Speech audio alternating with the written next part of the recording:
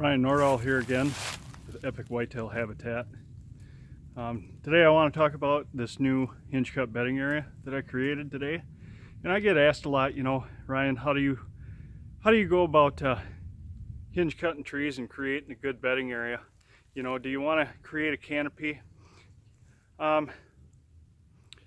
Yes and no.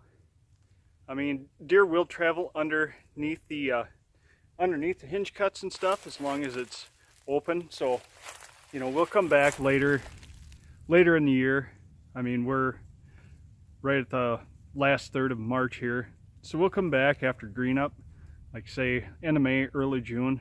We'll clear out some of the branches and stuff, clear out some of the green for ease of movement through these hinge cut bedding areas. But what I like to do is I like to create pockets. I feel here, especially in the upper Midwest where our land is, side cover is more important than canopy. I mean, deer in all reality don't have any natural airborne predators. So you can get away with canopy like up in northern Wisconsin, UP of Michigan, northern Michigan, northern Minnesota. What you do in those areas is go into those pine thickets, those deep swamp cedar thickets, in the higher ground, and you clear out about, first 4 or 5 feet of branches from the ground. And you also want to have some side cover in there, screening and stuff like that. That's what I recommend for those areas.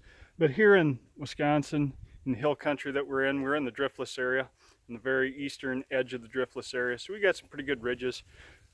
We're here on a south slope, south facing point on top of this ridge. And I've just completed this here this morning.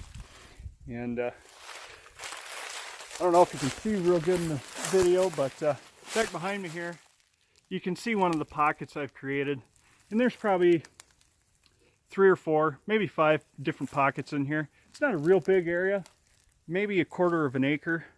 Doesn't need to be that big. It just needs to hold, a couple does with their fawns, and that's all it's really for. And we have our specific buck bed locations. Not that you can really precisely locate a buck, but he wants to be away from those does and fawns, so he will be out on a little point somewhere. And we have created little precision buck beds here on our property as well, and we've discussed that in another video.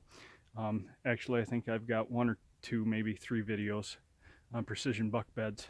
But I've incorporated some travel corridors through this here hinge cut bedding area, and the deer will use those hinge cut travel corridors and precisely locate to a stand that we have set up over here about 70 yards away from here. We've got a water hole there in our food plot, and it's about a 15-yard shot when they come to water.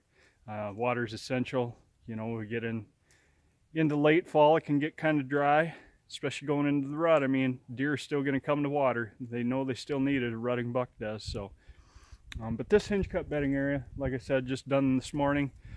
Create side cover is more important than a canopy.